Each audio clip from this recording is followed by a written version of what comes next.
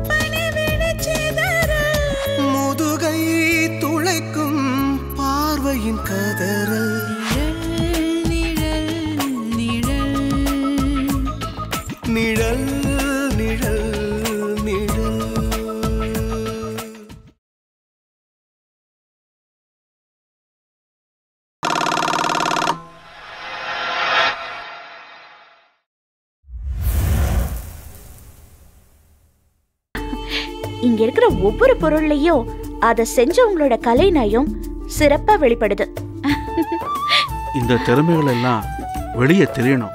இதெல்லாம் வியாபாரம் ஆகணும். நீங்க சொல்லவே வேணாம். நிச்சயமா இது எல்லாத்தையும் மார்க்கெட்டிங் பண்ண என்னால முடிஞ்சதை நான் செய்வேன். சந்தோஷம்.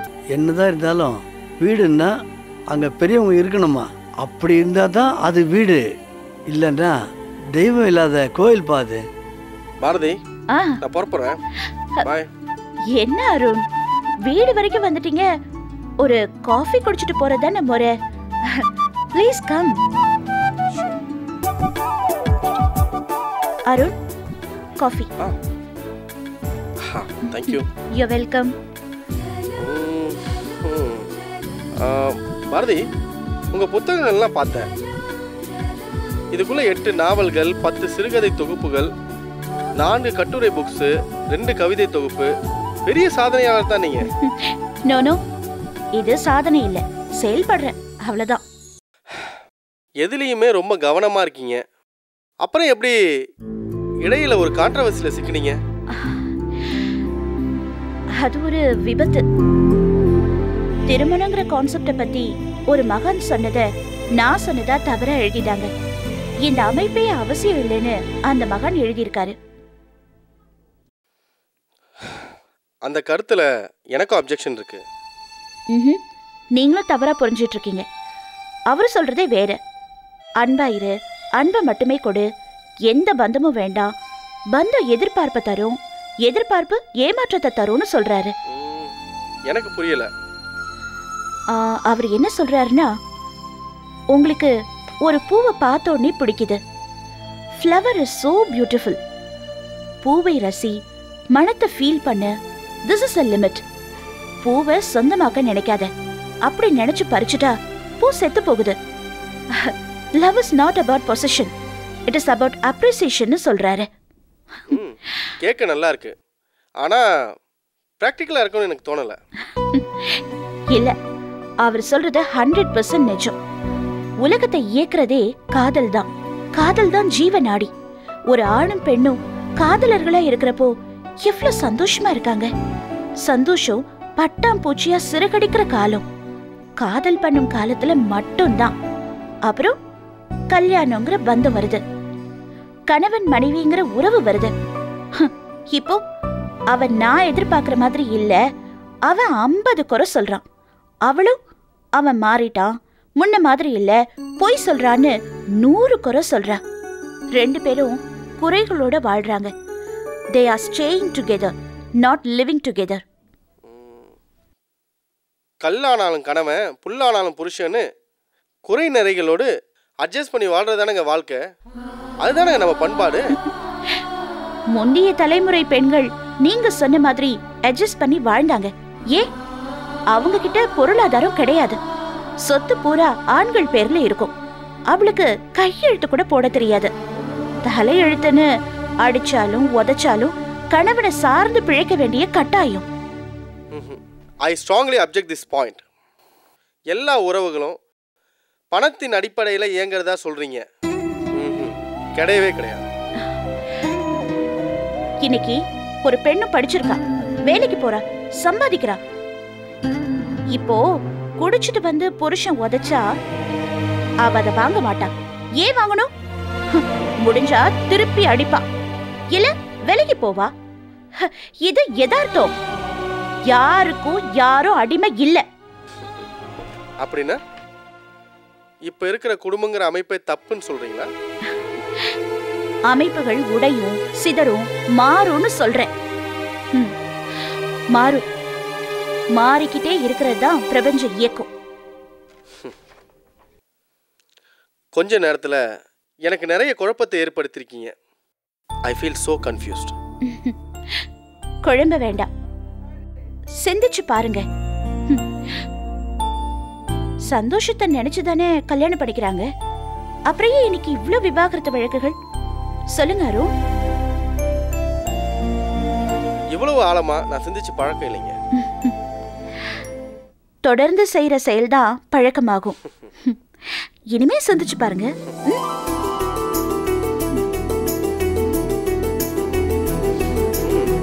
புக்ஸ் எடுத்துக்கலாமா? தாராளமா.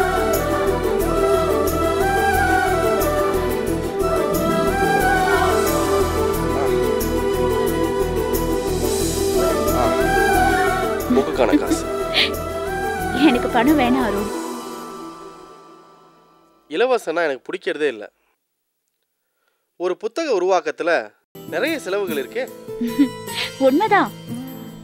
புத்தகங்களை பணம் கொடுத்து வாங்குறது நல்ல விஷயம்தான். ஆனா நீங்க என்னோட ஃப்ரெண்ட் ஆயிட்டீங்க. நண்பர்களுக்குள்ள பிசினஸ் கூடாது. பணம் வாங்கிட்டா அது வியாபாரம். என்னோட ஃப்ரெண்ட்ஷிப்பா பிசினஸா எது வேணும் உங்களுக்கு? மை காட், உங்க ஃப்ரெண்ட்ஷிப் தாங்க வேணும். அம்மா, அம்மா. என்னம்மா? சார் கிளம்புறாரா? அப்படியா? இவர் உங்க அப்பாவா? ஆமா. இவர் எனக்கு நல்லா தெரியுமே. எஸ், நாங்க 2 பேரும் வாக்கிங் ஃப்ரெண்ட்ஸ். ஓ. தம்பி, இருந்து சாப்பிட்டுட்டு பொறுமையா போலாமே. இல்லைங்கம்மா, ஆஃபீஸ்ல கிளைண்ட்லாம் வெயிட் பண்ணுவாங்கம்மா. இன்னொரு நாள் வரப்ப கண்டிப்பா சாப்பிட்றேனே. இப்போ நான் புறப்படுறேம்மா. வர மாறுது. Thanks Arun. The pleasure is mine. I should say thanks a lot to you. See you. Okay. வரமா. Thank you.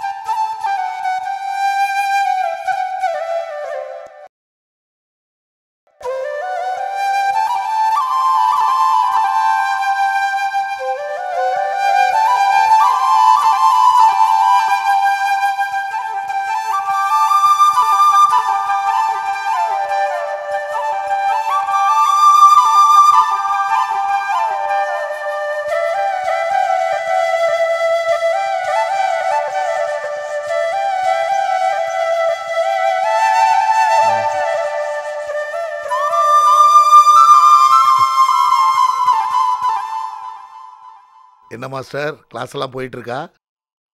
ஆனந்த் என்ன சொல்றான்? சார், வாரத்துக்கு நான் 2 கிளாஸ் எடுக்கிறது ஆனந்தனுக்கு பத்தலையாம். தினமும் கிளாஸ் வேணுமா. அந்த அளவுக்கு அவனுக்கு இசையில் ஈடுபாடு ஆயிடுச்சு. வர்ணம் வரைக்கும் வந்தாச்சு. அடுத்தது கீர்த்தனைகள் தான். கூடிய சீக்கிரம் வித்வான் பரீட்சைக்கு தயார் பண்ணி அனுப்புறதா முடிவு பண்ணியிருக்கேன். ரொம்ப சந்தோஷம் மாஸ்டர்.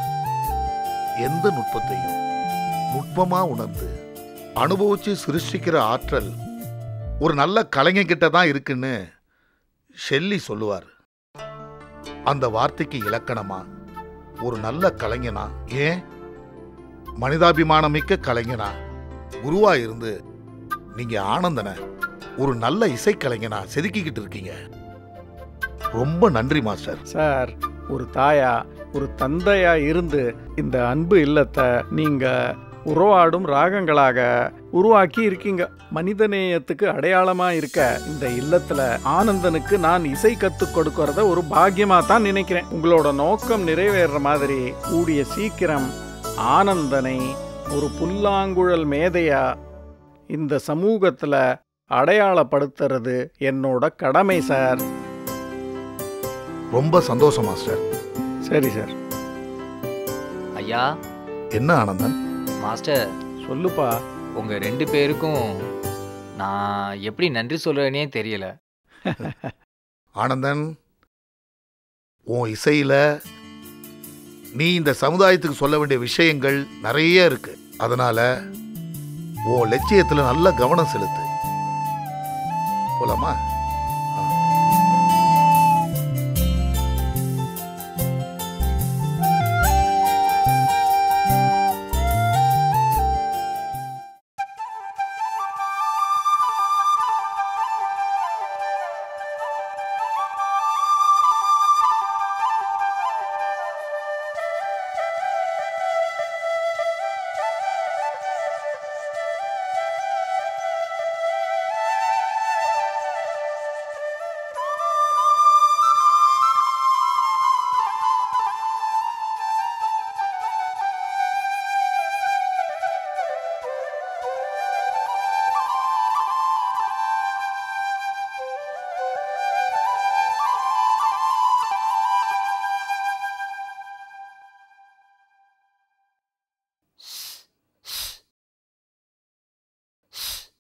நிம்மதியா 5 நிமிஷம் பேப்பர் படிக்க முடியுதா இந்த வீட்ல?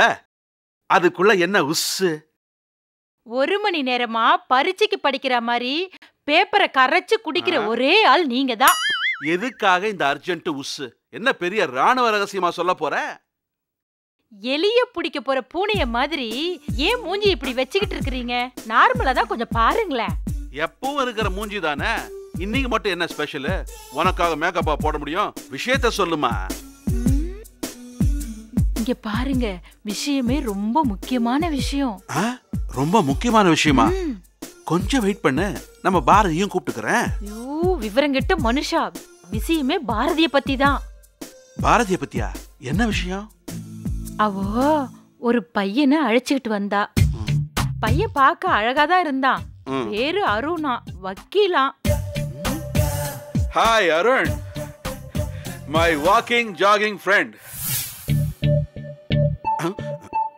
சரி, வக்கீல் அருணை அழைச்சிட்டு வந்தா அதுல என்ன பிரச்சனை? அழைச்சுக்கிட்டு வந்ததுல எல்லாம் பிரச்சனையே இல்ல. அவங்க பேசின விஷயம் தான் எனக்கு முழுசா பிடிபடவே இல்ல. நம்ம பொண்ணு அவ ஃப்ரெண்டு கிட்ட பேசினத நீ ஒட்டு கேட்டது சரியில்லைன்னு சொல்ல வரேன். ஏங்க, நான் எங்கெங்க ஒட்டு கேட்டேன்? அதான் அவங்க 2 பேரும் பேசுறது சமையல் கட்டு வரல நல்லா தெளிவா கேக்குதே. சரி, அப்படி என்ன பேசினாங்க? அந்த பையன் இவ எழுதின புத்தகத்தை எடுத்துக்கிட்டு பணம் கொடுத்தான். பணம் வாங்கிட்டா அது வியாபாரம். என்னோட ஃப்ரெண்ட்ஷிப்பா பிசினஸா எது வேணும் உங்களுக்கு? மை காட், உங்க ஃப்ரெண்ட்ஷிப் தாங்க வேணும். எவ்வளவு தெளிவா பேசியிருக்கா நம்ம பாரதி. அதுதான் பாரதி. அவ பாரதி என் பொண்ணு, என் வளப்பு. அவ ஒரு ரைட்டர், சோஷியல் ஒர்க்கர். அவளே ஒரு விஐபி. அவளை பார்க்கறதுக்கு 4 விஐபி வரதும் போறதும் சாதாரண விஷயம். நான் சொல்ல நினைச்சதை நீங்க சரியா புரிஞ்சுக்கவே இல்ல. நீ சொல்லு, நான் புரிஞ்சுக்கிறேன். நீ சொல்ல நினைச்சதை நான் எப்படிமா புரிஞ்சுக்க முடியும்? Cool down cool down. கண்ணகியா மாற வேண்டாமா? ஏங்க அவங்க பேசுனதை வச்சு பார்த்தா இது வெறும் நட்பா இருக்கும்னு எனக்கு தோணவே இல்லை. நான் உலகம் முழுவதும் சுற்றி ஆறுகளையும் மலைகளையும் பார்த்து வந்தவன்.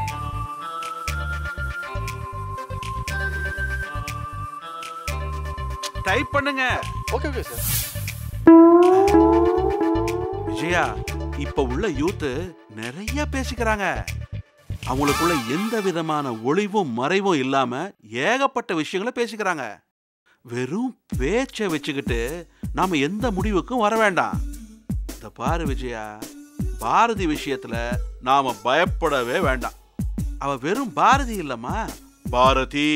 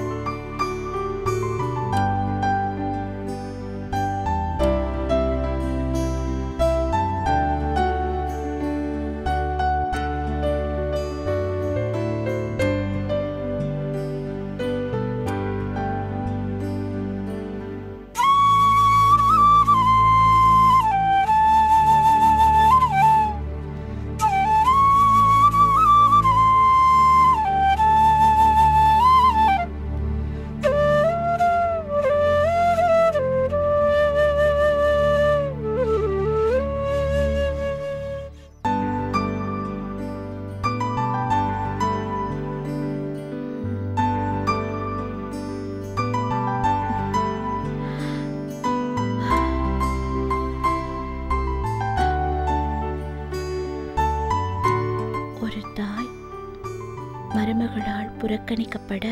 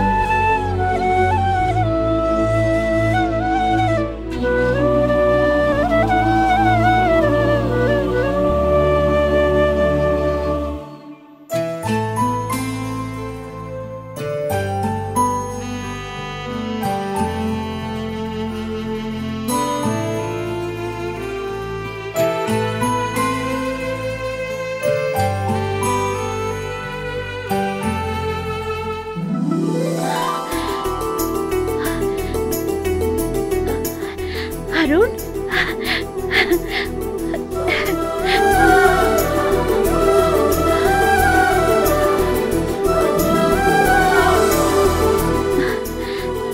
அருண், அருண், நீங்க எப்ப வந்தீங்க? நான் வந்து ரொம்ப நேரம் ஆச்சு பாரதி. இந்த சிறுகதை புரியவே இல்லை, ரொம்ப நேரம் வாசிச்சுக்கிட்டு இருக்கேன். கொடுங்க.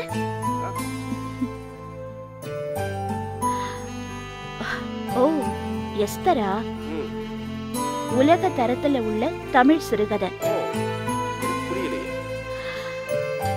சொல்றேன். ஒரு கிராமத்துல கடும் பஞ்சம், ஊரே காலி ஆயிடுச்சு. ஒரு சொட்டு தண்ணீர் கூட கிடையாது. எஸ்தர் சித்தி வீட்லயும் எல்லாரும் புறப்பட வேண்டியதுதான். படுத்த படுக்கையா அங்க இருக்கிற பாட்டிய என்ன செய்யறது? எல்லாரும் தூங்கின பிறகு பாட்டி பக்கத்துல எஸ்தர் சித்தி போய் படுக்கிறாங்க. காலையில போய் பார்த்தா பாட்டி இறந்து கிடக்குறாங்க. யாரும் அழவே இல்லை.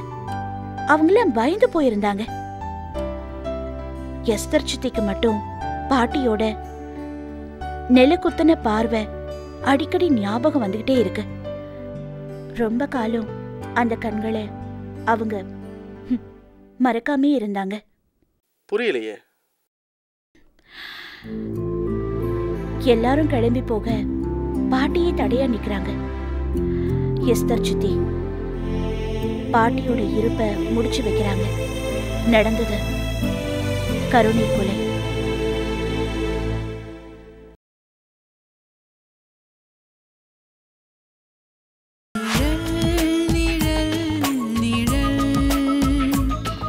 நிழல் நிழல் நிழல்